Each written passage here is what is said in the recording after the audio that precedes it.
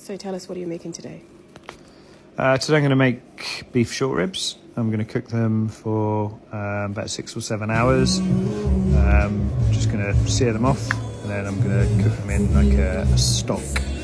And they will literally fall apart and be absolutely delicious. What's your inspiration for this? Inspiration for this is I absolutely love beef short ribs. I had them once at a restaurant. I'd never had them before, and quite often I'll go to a restaurant, taste something, and I'll be like, I want to make that for myself. So what are you putting now on? So this is seasoning. So this is probably the most important part of cooking. No matter if you're boiling an egg or cooking some meat, whatever it is, seasoning is so important. And don't be afraid to go in, a little bit heavier than you usually would, because I think that when I first started cooking, I would be thinking, wow, that's a lot of salt. But as a chef, I've been to a few cooking classes with chefs, read a few books. For example, if you're boiling veg, it should taste like seawater. But we're all sort of conscious not to have too much salt. But I think my point is, don't be afraid to get some salt and pepper in there. Beef short ribs. So this is it's quite a tough bit of meat, so it needs lots of cooking. Not very common, so you might have to seek it out. It's about £10 a kilo, but worth every penny. I mean, it's just next level. Butchers, depending on where you live. In London, there's some great markets with butchers, which is where these came from. So I'm just searing the meat off. So again, this is really important because it's called caramelizing the meat. So it has some sugars in it in the meat, and it kind of just when they heat up and caramelize. Don't be afraid to let them catch a little bit, and it won't taste burnt. It will just give flavour.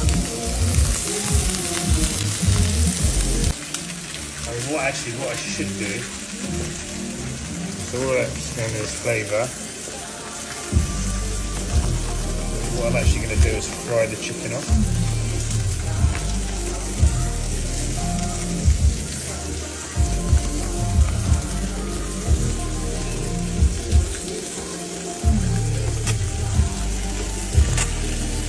Walk us through what you're doing here. So here I'm probably trying not to burn my hands. So earlier in the evening I made, as you well know, I made a delicious Thai massaman curry, and it was made with chicken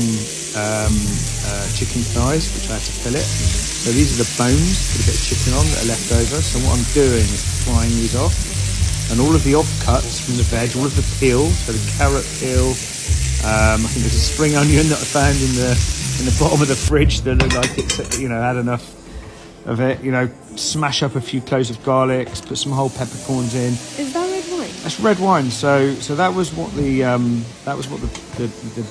beef, the ribs were cooked in. Okay. So you get all this sticky sort of gooey stuff left around. Whack a bit of wine in there. The alcohol will evaporate off. The alcohol is actually quite bitter tasting, so that will evaporate off, and what it will do is just help lift off all of the bits and bobs from the bottom of the pan.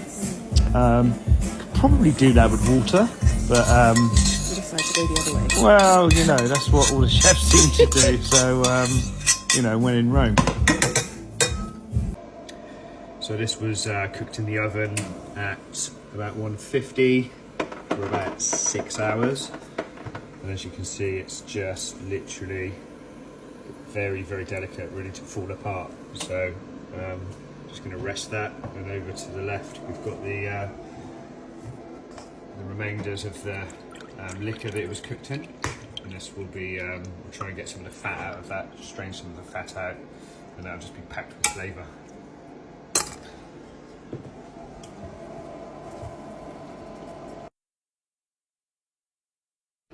And this was the did you make the mash? So again, last night for the curry, I had some leftover potato. So I just literally boiled that up, mashed it, and shamefully added loads and loads of butter to it, and just made it really, really creamy. This seems to be the end result. Yeah, nearly there now. It's worth saying that the fat that I strained off of the sauce, all the stock that the meat was cooked in, I used to fry or roast the potatoes in, and also the carrots and the green beans. Onion was roasted with a little bit of rapeseed oil, salt and pepper, and that's pretty much it. And beans. Yeah, some beans. And this is the end result. And yeah, I reduced down the liquor, added some red wine. I added a little bit of jam actually.